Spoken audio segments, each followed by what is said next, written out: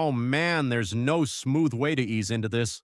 Something just feels off in NASCAR right now.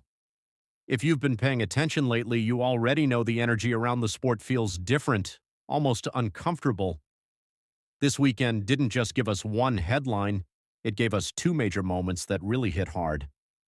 The kind of situations that make you stop and wonder what's actually going on behind the scenes. We're talking about rising frustration, expectations falling apart, and a situation that feels way bigger than just a rough race weekend. And the wild part?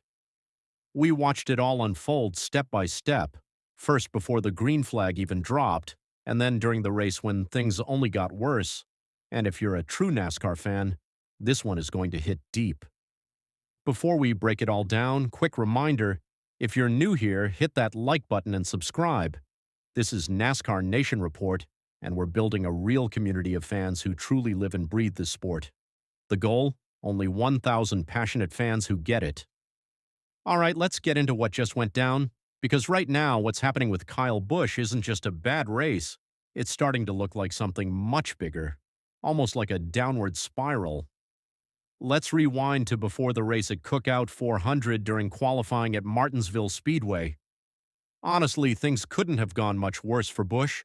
While Denny Hamlin goes out and absolutely nails a 19.275-second lap to grab the pole, and drivers like William Byron, Josh Berry, Ty Gibbs, and Shane Van Gisbergen show serious pace, Busch, he ends up way back in 34th. And it wasn't just the position, it was how he described the car. Loose, sideways, almost impossible to control. That's not a driver slightly off the mark. That's a driver with zero trust in his equipment. When reporters asked if things could be fixed before the race, his response basically came down to, "Nobody really knows. That alone tells you everything." Then came another red flag. Someone mentioned the possibility of an early caution, even though there hadn't been a single Stage 1 caution all season. Busch said he'd need one around lap 30 to 40, because by then his tires would be completely gone.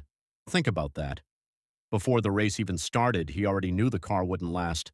And that's where this starts to feel bigger than just one race weekend, because this isn't a one-time issue.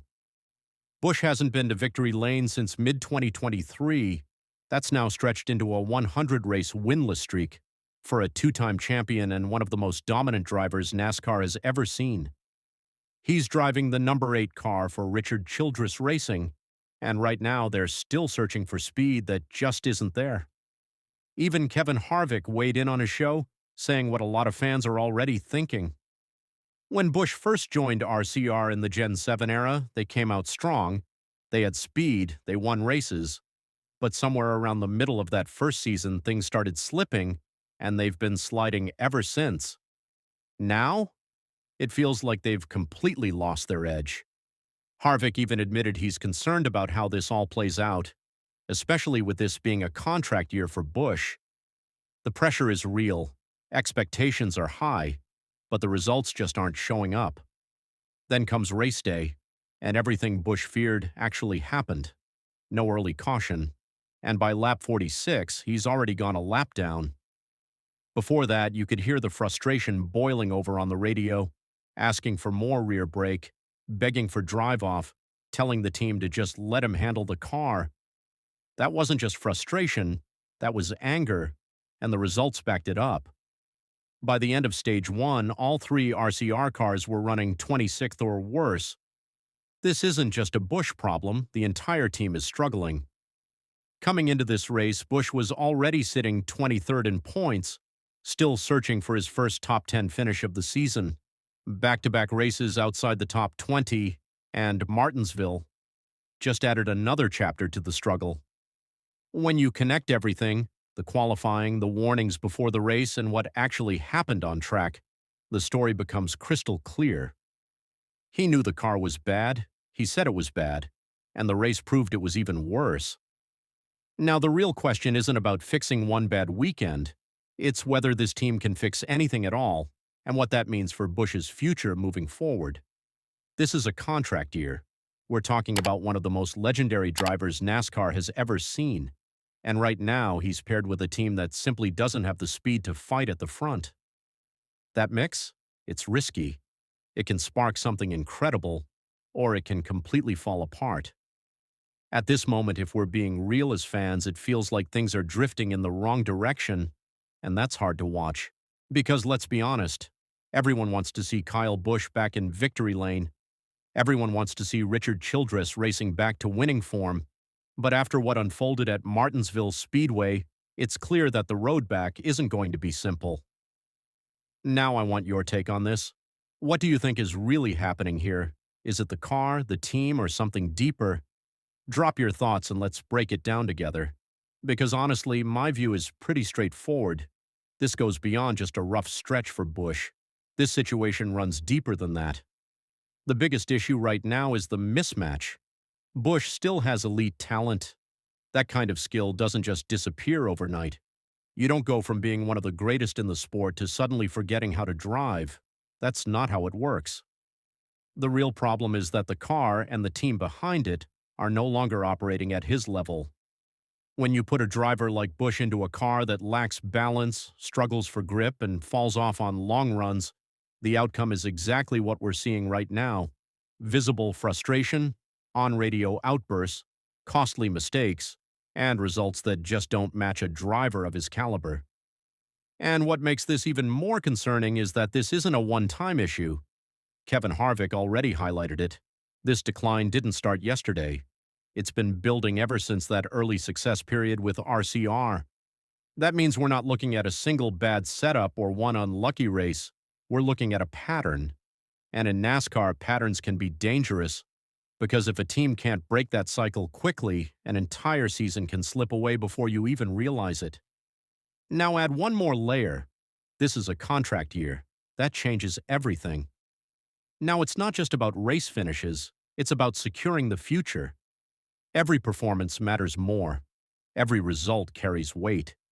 And let's be real, if this trend continues, it wouldn't be shocking to start hearing serious discussions about Busch potentially moving on. Not necessarily because he wants to, but because something has to give. Either RCR finds speed, or Busch looks for a new opportunity. That's the reality of this sport. But at the same time, writing him off would be a mistake.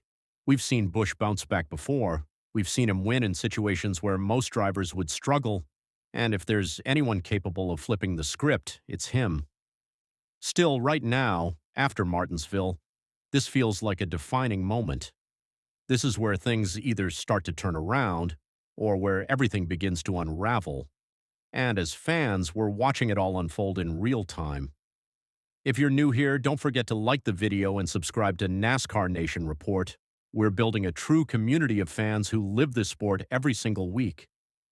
And the more you think about it, the more intense this situation starts to feel, because this isn't just about one driver struggling. It's about timing, pressure, and expectations all colliding at once. When a name like Kyle Busch goes through a stretch like this, the spotlight gets even brighter. Every move, every radio message, every finish, it all gets analyzed. And right now, nothing is lining up the way it should. You can see it in the body language. You can hear it in the tone on the radio. There's a level of frustration that goes beyond a normal bad race. It's the kind of frustration that builds when you know you have the ability to win, but the tools just aren't there to make it happen. And that's where things get complicated. Because in NASCAR, confidence is everything. When a driver starts second-guessing the car, wondering if it will hold up on long runs, questioning the balance in the corners, it changes how they race. They push harder in the wrong moments, back off when they shouldn't, and suddenly small issues turn into big problems. That's exactly the kind of spiral that teams try to avoid. Looking at Richard Childress Racing as a whole, it's not just one weak link. The entire organization seems to be searching for answers. Setups aren't hitting, adjustments aren't working, and race pace just isn't there compared to the top teams. And in today's NASCAR, the margin is brutally small.